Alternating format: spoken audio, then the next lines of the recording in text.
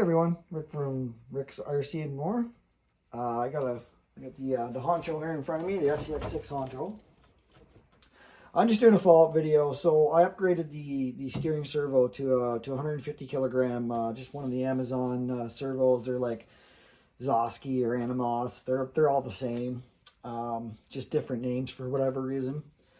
I had the truck out the other day for a crawl for the first time with that servo.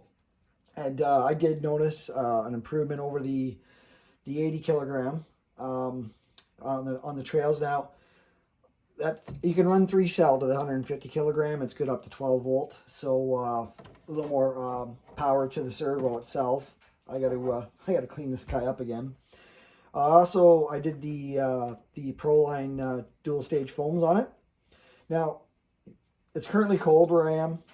Yesterday when I was out, it was like -4 degrees Celsius. So the stock foams would probably would have been all right, because all the times when these foams get cold, they stiffen up.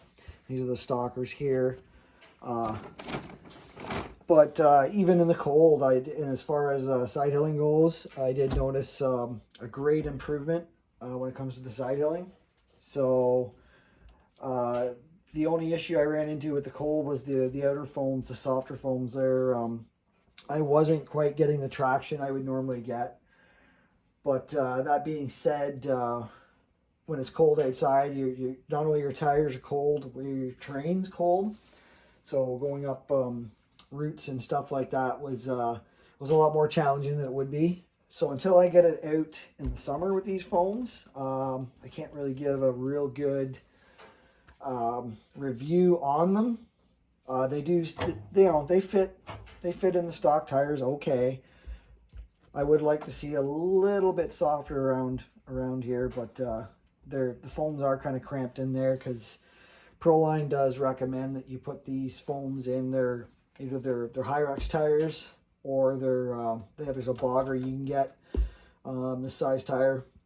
The Proline tires are probably a little wider, a little more squared off, a little more height maybe, so the foams fit better in those. But it's definitely an improvement. Like I said, side hilling now is way better. So I just wanted to do a quick little follow-up video just to say, the 80 kilogram servo and the 150 on the bench, I didn't notice a whole lot of difference, but out on the trail is where you could definitely tell the difference. The 150 is definitely better. That being said, too, with the stiffer foams in the tires, that does help the truck steer a little easier. The softer your foams are and the more grip those tires are getting, the harder it is for that steering servo to turn them, especially dry steering. But I'm happy with it. I mean, you can't beat the price on those compared to what it would cost you for like a big brand name servo. You're looking at like $500-600 for the servo alone, whereas that 150 was a fraction of that price. So I just I don't mind paying $50-60 for a servo to try it out and let everybody know what I think of it, just for cheaper options for people that are in a budget. Because I mean, these trucks themselves are not cheap. Up here in Canada, Canadian dollars, this thing is like $14.99 plus tax, and the tax is 13% on that. They don't come with batteries. You gotta have at least I wouldn't run these on 2-cell. You want at least a 3-cell LiPo in these.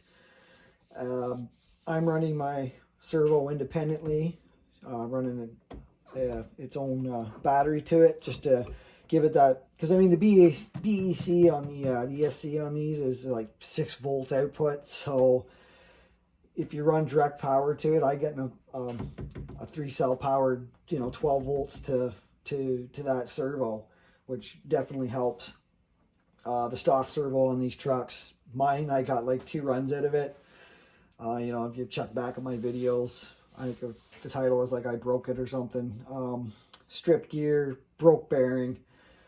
There's no point in I probably could have warrantied it, but there's no point. I might as well just upgrade, because you're going to get a couple more runs depending on how hard you are in your truck, probably with that servo, and you're going to be back into the same boat. So yeah, as far as upgrades on this truck, all I've done is steering servo, foams in the tires. You'd be surprised when you're running with 1/10 scale, guys. With these, you'd be surprised. There'll be spots where the 1/10s are going to crawl right up it, and the size of this is actually going to hinder it, and you're going to have trouble getting up those same obstacles. But it also goes the other way. There'll be obstacles where the 1/10s will really struggle to get up, and this thing will just walk right up it. It's one of those things. Nature of the beast. If you want to go to the larger scale, currently with the guys I run, I'm the only one running the larger scale truck. So a lot of times I do go out. I tend to take the TF2 just because it's fun to run 1/10 scale with 1/10 scale. If you're running this guy with 1/10 scale, guys, there's going to be trails they're going to go. You're not even going to fit. And then, like I said, you're definitely going to be taking some different lines in some situations as well. But all in all, I'm happy with this truck. I like this truck. It's a fun rig to run. You got your 2-speed transmission, which works great. When I'm shifting gears on this, I tend to come to a complete stop, hit the button, you hear the servo, and just give it a little bit of throttle, and it'll go right into the gear.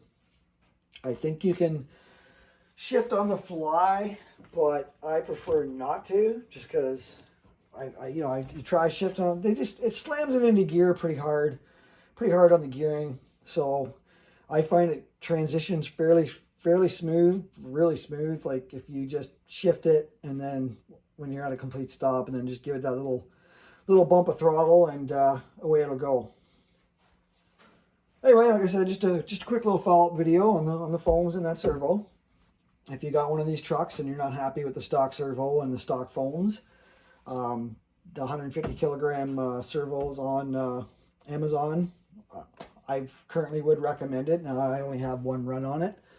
Down the road, if I have an issue with it stripping out of gear or something like that, I'll definitely let everybody know.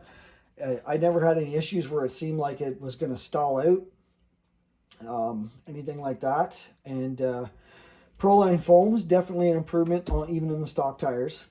I can only imagine higher axes on one of these where they would go. So the boggers look really cool.